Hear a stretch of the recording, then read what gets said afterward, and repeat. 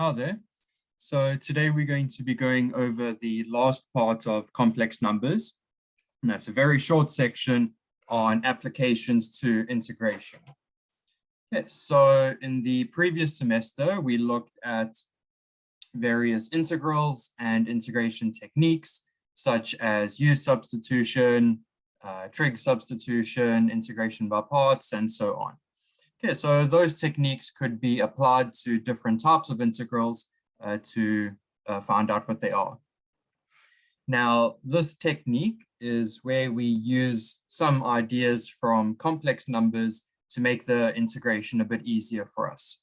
Now, this can't be used on any type of integral, so sometimes it will come up that you can use this, and in those cases, it helps make things a bit easier. Okay, so if you can recognize where to use this application, then it makes things easier there. Okay, other times you'll have to go back to the old techniques such as U substitution or integration by parts. Okay, so where it can be used, it can be quite helpful. Okay, so let's look at the first problem. You may remember this from before. We have the integral of e to the x cos x dx, and we had another one that was very similar, e to the x sine x dx. Okay, so we used integration by parts to solve these. In fact, we used integration by parts twice. Okay, so we did a little trick where we used integration by parts twice, and we got back to the original integral and we could solve it that way. So what we're going to do now is use our ideas from complex numbers to make this a bit easier for us. Okay, so how do we do that? Well, first note that e to the ix is given by cos x plus r sine x. Yeah, that was Euler's formula. Now, if we just look at this and we write something similar, a little bit different, if we consider e to the x plus ix, so it's very similar, we can separate this into two parts. We can write e to the x times e to the ix. Okay, the first part we know that's the normal real exponential. The second one is e to the ix, but that's just Euler's formula here. So we can expand that, and we're going to get e to the x cos x plus r sine x. And that's equal to e to the x cos x plus I e to the x sine x. Now notice that this real part, e to the x cos x, that is the integrand for the first integral. And notice that the imaginary part is the integrand for the second integral. So we've somehow put these two integrals into one expression, this e to the x plus ix. So what we can do is integrate both sides. Okay, so the right-hand side will have the two integrals that we're looking for, and the left-hand side we'll see is very easy to integrate. So we're going to do the left-hand side, and then that will give us the solutions for the right-hand side. Okay, so the idea is to integrate the left-hand side and see what we get.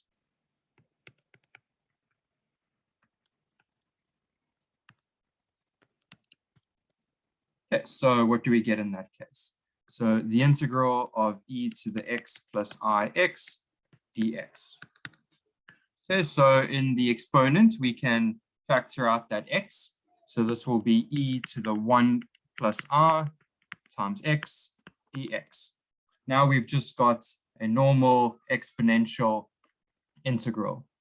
Okay, now this 1 plus r, that's a complex number, but don't worry about that. We just treat it as any other number. If we're integrating something like e to the kx, then the result is we take the k and we divide the integrand by that. Okay, so just the notes on the side, integral of e to the kx, that's going to be 1 over k e to the kx plus c. Okay, we did that quite a while ago. Okay, so this is going to be 1 over 1 plus r e to the 1 plus I x, and we still have that plus c. Okay, so now this exponential part we can separate out. So this is going to be 1 over 1 plus r e to the x times e to the ix, and then we still have the plus c. Now notice for the first term here, this 1 plus r, we've got a complex number in the denominator. Remember the first lecture on complex numbers and complex number arithmetic. If we divide by a complex number like this, if we want to simplify that, we need to multiply the numerator and the denominator by the conjugate. Okay, that will simplify it. So let's do that. The conjugate of 1 plus I is going to be 1 minus I. So 1 minus I at the top, and then we have 1 plus I, 1 minus I in the bottom. And then we still have e to the x. And this e to the ix, we can write as cos x plus r sine x plus c.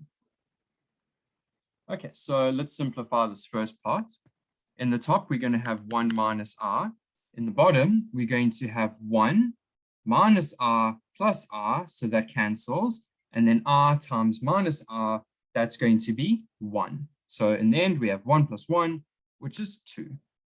And then we have e to the x cos x plus r sine x, and then plus c.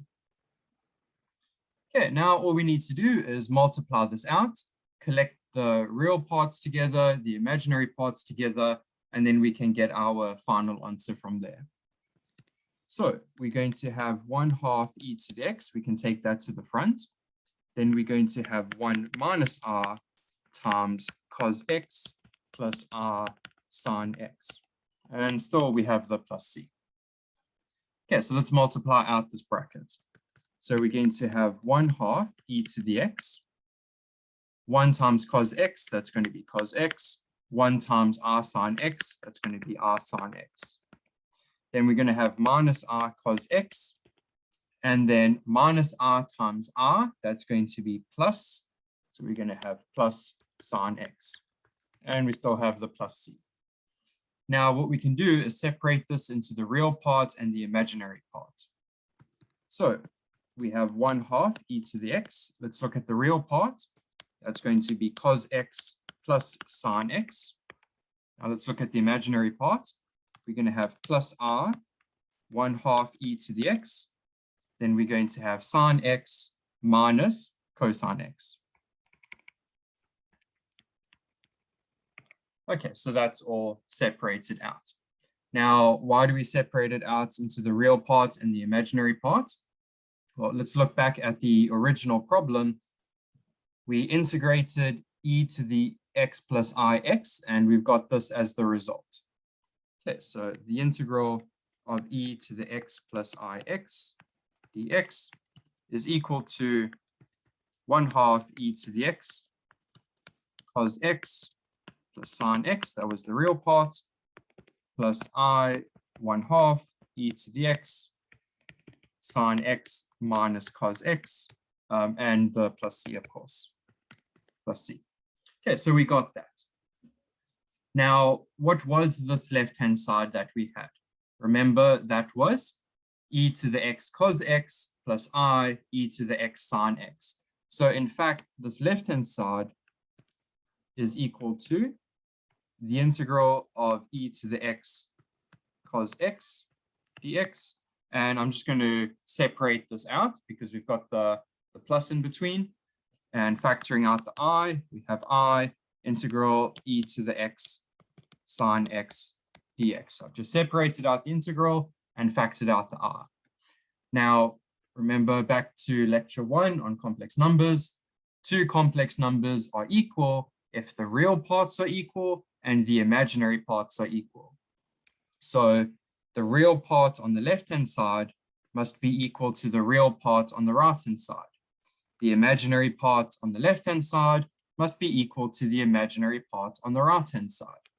So we get ourselves two equalities, the blue one and the green one. So first, we have that the integral of e to the x cos x dx is equal to 1/2 e to the x cos x plus sine x, and we have the plus c. And number 2, the integral of e to the x sine x dx is equal to 1/2 e to the x sine x minus cos x, and again we have the plus c. So here we have the solution to 2 different problems, so problem 1 and problem 2, and we did all of that in one integral. Okay, so we just looked at the real part of the solution to get the answer for number 1. We looked at the imaginary part of the solution, and that gave us the answer for number 2. Okay, so that is the first application of complex numbers to integration. If we have these cos terms or sine terms, we can replace them with e to the ix, and we need to remember that the real part of the solution corresponds to cos, and the imaginary part of the solution corresponds to sine. Like here we have the blue part with cos and the green part with sine. So we can identify the solutions by the real parts and the imaginary parts right at the end. Okay, let's have a look at the next application, and that is trigonometric integrals. Okay, so similar to this first case, we have something like the integral of cos cubed x dx. Okay, so before we had this integral, we had to factor out a cos, and we left with cos squared. We had to change that to 1 minus sine squared and do a u substitution. It was quite a long procedure. What we're going to do instead is replace this cos with its exponential form that we looked at when we did complex functions, and we're going to integrate the exponential form instead of this trig form. And we'll see that that makes it quite a bit easier to do. Okay, so what is the exponential form? So recall, we can write cos x as 1/2 e to the ix plus e to the minus ix, like that. Okay, so that was the exponential form for cos. We saw that in the lecture on complex functions. Okay, so what we're going to do is we're going to take this exponential form and substitute it for cos. And we'll see that it may look more complicated, but in fact, it makes things quite a bit easier. Okay, so let's do that. So the integral of cos cubed x dx is equal to, we're going to have 1/2 cubed, so that's going to be 1/8. Integral of e to the ix plus e to the minus ix, all of that cubed, dx. Okay, so we have something like a plus b cubed. So that means we need to use the binomial theorem, right? That's for expanding out binomials into a sum. So if we do that, we're going to get 1/8. The integral of, we're going to have the first one cubed. So that's going to be e to the r3x. Then we're going to have plus 3, okay, because that is the second binomial coefficient. If we're cubing the thing, then e to the ix. Then the next binomial coefficient is 3 again, but now we're going to have e to the minus ix. And the last binomial coefficient is 1, so we're just going to have e to the minus r3x dx. Okay, so you see it looked a bit more complicated in the beginning, but now all we need to do is integrate a bunch of exponential terms, and that's very easy. You just take the number in the top, divide by that, and that's all you need to do for the integral. Okay, so let's do that. So we have 1/8. The integral, we're done with that. So we're evaluating the integral. So we have e to the r3x, so we need to divide by r3. E to the r3x plus, we need to divide by r. So we're going to have 3/r e to the ix plus, now we're dividing by minus r. So it's going to be 3 over minus r e to the minus ix plus, now we're dividing by minus r3, so 1 over minus r3 e to the minus r3x. Okay, that's the integration done, and remember we have the plus c. Okay, so notice that we have some common terms here, or not common terms, like terms. So the e to the r3x and the e to the minus r3x, they go together. And the e to the ix and the e to the minus ix, they go together. Okay, so why do I say they go together? Well, the e to the r3x minus e to the minus r3x, that is almost like the exponential form for sine. So recall, if I have sine 3x, or we can do it in general, let's say sine kx, we can write this as 1 over 2r e to the rkx minus e to the minus rkx. In this case, we've got a 3 and we've got a 1, okay, for the green parts and the blue parts. So both of those are going to be sine terms because we've got the minus in between the exponentials. But just for completeness, let's write cos again. So cos kx is going to be 1 over 2. So no r there. E to the rkx, and now we have a plus. So it's different to sine. E to the minus rkx. Okay, but for the green parts and the blue parts, we're interested in the sine kx. Okay, so I'll leave that for homework just to combine those. But we end up with, if we multiply everything out and combine the terms, we end up with 1 over 12 sine 3x. So that's with the e to the r3x combined with the e to the minus r3x using this, plus 3/4 sine x, and we still have the plus c. Okay, so combining the green terms, we get the first term here. Combining the blue terms, we get the blue term here. Okay, and remember to multiply this 1 over 8 inside.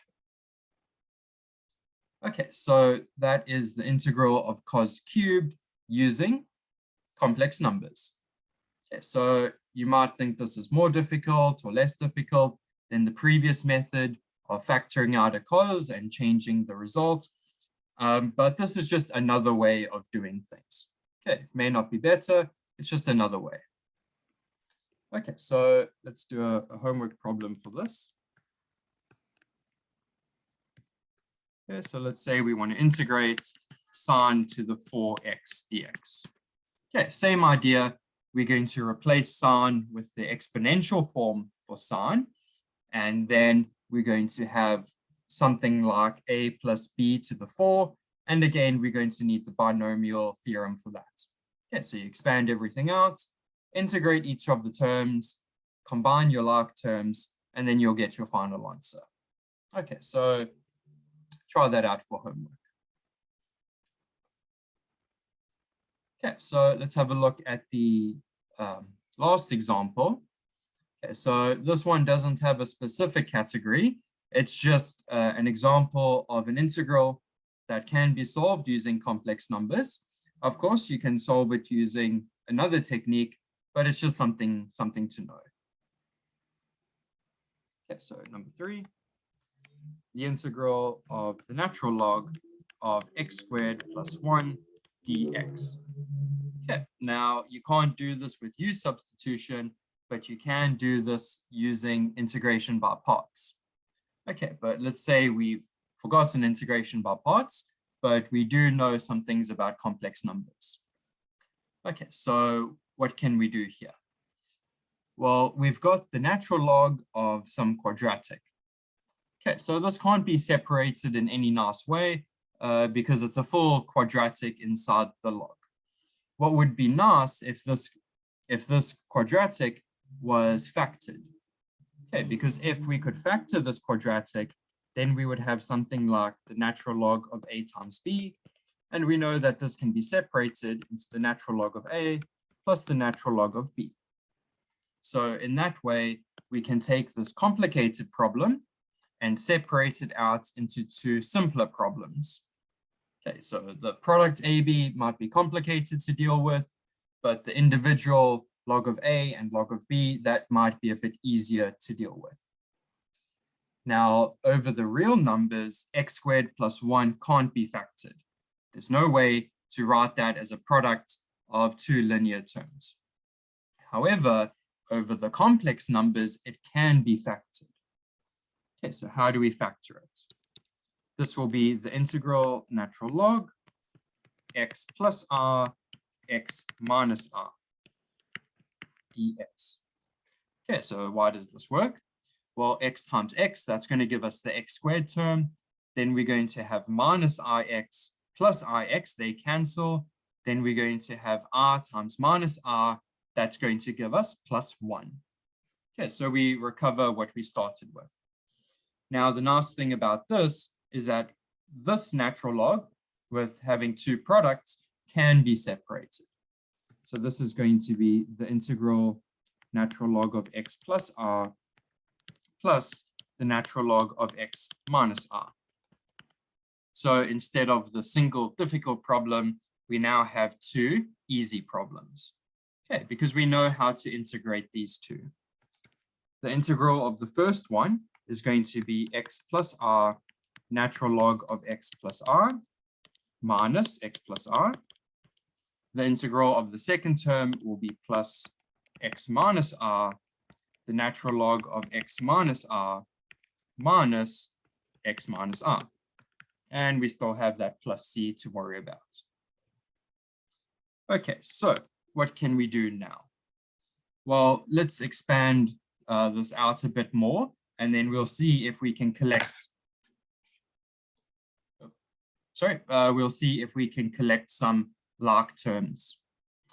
So for the first one, we're going to have x natural log of x plus r natural log of x plus r. Then we're going to have minus x minus r. So that's the first two terms just expanded out. Let's expand out the next two terms. So we're going to have a plus x natural log x minus r. Then we're going to have minus r natural log of x minus r minus x, and then plus r. And of course, the plus c still. Now notice that this first grouping, we can combine those. The second grouping, we can combine those. The third grouping, we can combine those. And finally, the minus r and the plus r, they're going to cancel each other. So let's combine the yellow, blue, and green together. So combining the yellow, we're going to get x natural log of x plus r, x minus r. For the blue part, we're going to get plus r, the natural log of x plus r divided by x minus r. For the green part, we're going to get minus 2x, and we still have the plus c. Now, this product, x plus r times x minus r, that's what we had right at the beginning. That's just x squared plus 1. So here we get x times the natural log of x squared plus 1 plus r natural log of x plus I over x minus r minus 2x plus c. Okay, so the first term and the third term, they look all right. However, this middle term, this seems a bit problematic. Okay, we have r times the natural log of x plus I over x minus r. This is very complex, right? However, this does simplify quite nicely. Okay, we're going to leave the proof as a homework exercise, but just a note that r times the natural log of x plus I over x minus r is equal to 2 times the arctan of x. Okay, so that looks a bit crazy. How did we get from the natural log to arctan? But the proof is not too bad. I'll give you a hint. So working with arctan is a bit difficult. So what we do instead is we make the substitution, let y be equal to the arctan of x. If we do the tan on both sides, this is going to give us that tan y is equal to x. Okay, so with that in mind, I'll give you the beginning part of the proof. So begin. Consider the x plus I over x minus I inside the natural log. So x plus I over x minus I. X is given by tan y. So tan y plus I over tan y minus I. Okay, so we start off with that, do a bit of working, and you'll get to the answer. Okay, so just as another little hint, tan y is equal to sine y over cos y, and e to the iy is equal to cos y plus r sine y. Okay, so those are 2 extra hints to help you out. Okay, so use those hints with this beginning of the proof that I've set out, and you should arrive at this identity here. Okay, so that's going to be it for today. I will post some more examples as homework if you want to try those out. Okay, but just go through these problems again, look at the homework question that I posted, and try this proof out as well.